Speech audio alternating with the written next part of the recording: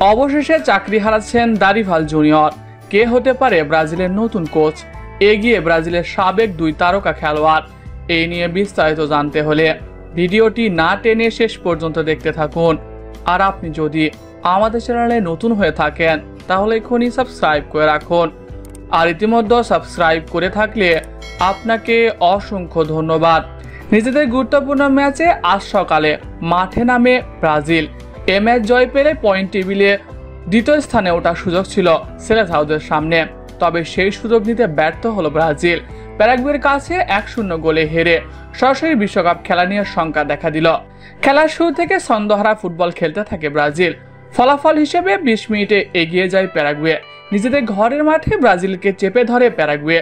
ফলে নির্ধারিত 90 মিনিটে আর কোনো দল গোল না করতে পারলে 1-0 জিতে যায় প্যারাগুয়ে। এই হারের দায় ব্রাজিল কোচ দারিভালকে নিতেই হবে, কেননা ব্রাজিল দলের বেশ কিছু খেলোয়াড়কে রাখতে বলেছিল নেইমার জুনিয়র। তবে তার কথা না শুনে নিজের ইচ্ছা মতো দল গুছিয়েছে দারিভাল। তাই তো এবার ব্রাজিল দলের দায়িত্ব হাতে পারে দারিভাল। ঠিক এমনই দাবি উঠেছে ফুটবল ভক্তদের মাঝে।